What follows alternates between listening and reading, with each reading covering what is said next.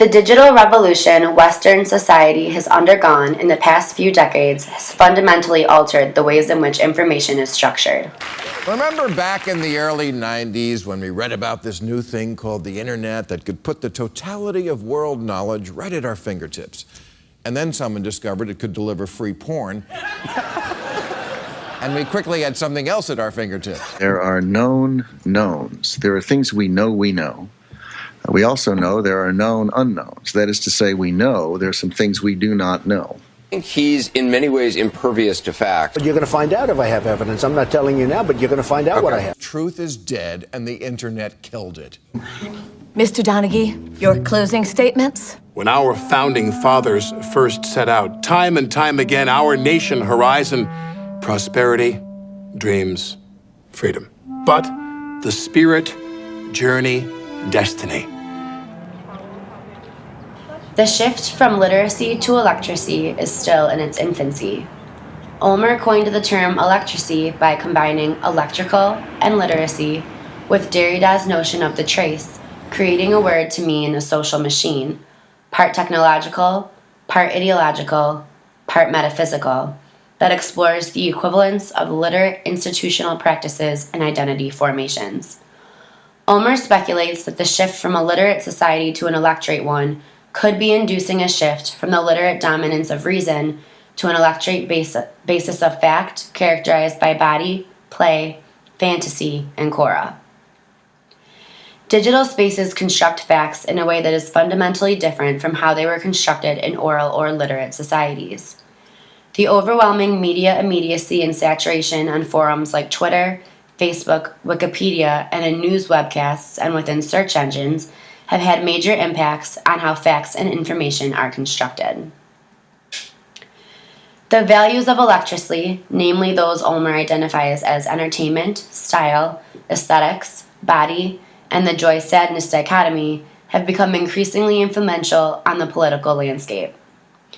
Using the examples of politics and the rhetorical strategies they use to consolidate Ulmer and Arroyo's arguments about electracy, we can better understand the changes that have developed as we gradually shift more and more from a literate to an electrate society. It is important to remember that this shift does not mean that the literate tradition will become obsolete, just as the oral tradition is still sometimes used to this day. Jan Holmovic argues, political speeches are still regarded as a benchmark by which politicians are measured, when defending his idea that literacy will not be dismissed. But how does the public encounter these speeches? In oral cultures, they're encountered through verbal narration. In literate ones, generally through printed newspapers, books, and testimonials. In electrate cultures, video has increasingly been doing the work the written and spoken words alone used to do. We must ask ourselves, what are we really judging presidential candidates on now? Hey, did you hear about the controversy with Trump yesterday? No, what happened? Apparently he's been misquoting unemployment rates. Oh, really? It's hard to know what to trust anymore. Yeah, for real. I'll believe when I see the print, though. Hey, so have you heard about Ted Cruz? No. Apparently he's the Zodiac Killer. That's simply not true. People will believe it. Thousands, probably, to be honest. People will believe anything that's on the internet. So how about Barack Obama's birth certificate? Oh, come on. Everyone knew that was a conspiracy. Millions still believed it? George Washington was a fascist. Oh, come on, man!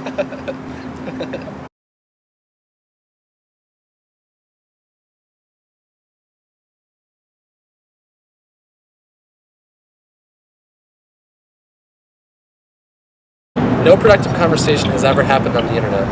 Well, you simply know that's not true. Yeah, it is. It's just memes and misinformation. Okay, sometimes. But the internet also provides a place for people to come together who wouldn't otherwise be able to do so. I think you're selling digital medias way too short, which is a shame on you. Calm down. What do you mean? Well, a lot of productive things happen on the internet, man. Like, there's places like social media, public forums, and videos. Yeah, but it's full of internet trolls and people who don't know what a fact is, and links to pornography and viruses and people with big egos and false statistics. fake photoshopped images, politicians who just want to get your attention with shock value. Yeah, don't forget all of his advertisements, but really, there's good to be had on the internet. Give me a chance to let me show you. The transition from a print-based knowledge economy to one dominated by computers has transformed how various forms of rhetoric act on us. The new Electrate universe crafts procedural rhetorics that undermine and reconstruct the facts that compose narratives. This is particularly visible within the realm of contemporary neoliberal politics. As we move toward an electorate society, it is important to remember the difficulties that came with the shift from an oral society to a literate one. In a pre-literate society, citizens based their knowledge on what they learned through the oral tradition, God and mythology, the realm of ritual and totem.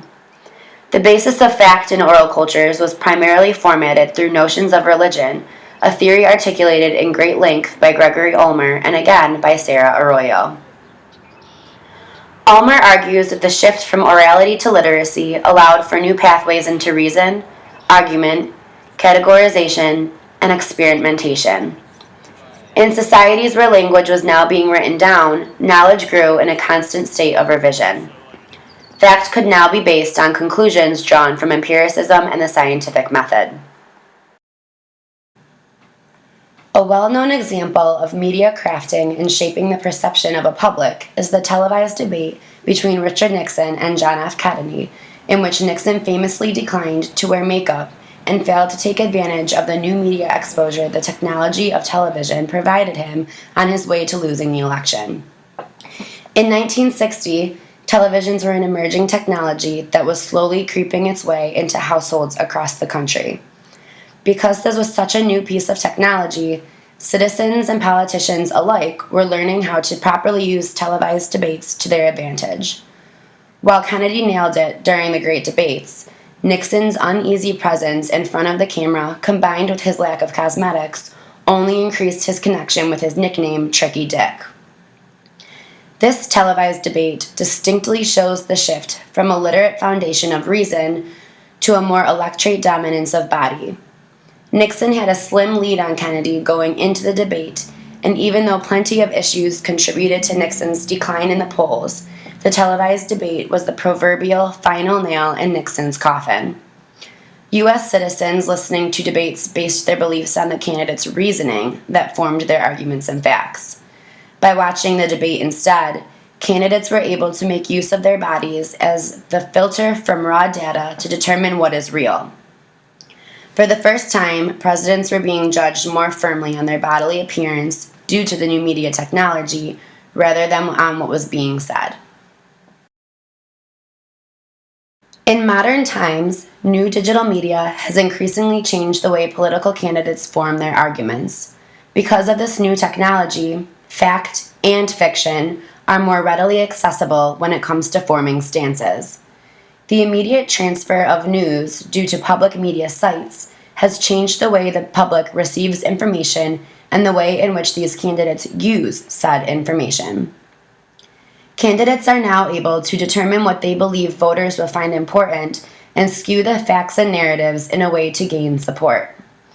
Because the internet allows anyone to publish whatever they want, even if it is not credible or factually accurate, fiction and exaggerations are often misconstrued as fact, which in turn creates a new way for the public to form opinions. Luckily, technology is quickly catching up to itself through the introduction of digital sites such as fact checkers. The website factcheck.org allows viewers to check statements such as those made by political candidates during debates and by media news outlets during interviews. Visitors to the site can ask the editors specific questions to guarantee truth and can even check the accuracy of what a candidate has said about another candidate. Another way to look at how Electracy has changed the way we use fact and argument is to examine social media. Platforms like Reddit, Facebook, and Twitter have created new ways to inform readers on what is going on in the world. Similar to how technologies such as fact checkers have created autonomy for individuals, These social media sites have created a new sense of autonomy by giving people a place to share their own beliefs as a means to persuade others. This has changed immensely over the past few years as digital medias have started moving society towards the dominance of electrate technologies. Facebook used to be a happy-go-lucky environment in which users would be prompted to share with their friends how they feel or what they are up to. Now, Facebook asks questions like, "What's on your mind?" when you log on, inviting users to share inner thoughts. This form of rhetoric has an interesting response. Because the question is coming from a bodiless interviewer, users are more apt to answer the question without inhibitions. They do not need to consider consequences that might come with a face-to-face debate or discussion. In this way, digital media platforms create a different way to form arguments. Looking specifically at Gregory Ulmer's apparatus chart, the practice of the three apparatuses changed from religion and orality to science and literacy, and now to entertainment and electracy. This is wholly shown through the use of social media. The entertainment factor of these political candidates are what gets them media attention, not necessarily their views on foreign policy or other necessary jobs of the President of the United States. In addition, the 140-character limit on Twitter is the perfect amount for a political candidate to spit out some buzzwords to rile up voters. Looking at a Twitter feed, more popular tweets, meaning those with the most retweets and likes, are displayed on the computer screen in larger text. By exploring Donald Trump's Twitter page, visitors can tell that tweets with high entertainment value, such as his Cinco de Mayo tweet or those involving name-calling, are more often retweeted or liked than those having to do with policy. Similar to Plato's Phaedrus, this video essay attempts to make aware the transition from a written culture to digital literacy. Once we understand how these new digital medias influence the creation of argument, we will be better equipped to come to educated conclusions, not just about presidential candidates, but about facts themselves. The overwhelming and complicated effects digital medias have on knowledge construction oftentimes go unnoticed. As we as a culture become more comfortable with these new forms of digital technology, we can use them to better inform ourselves and the knowledge we communicate.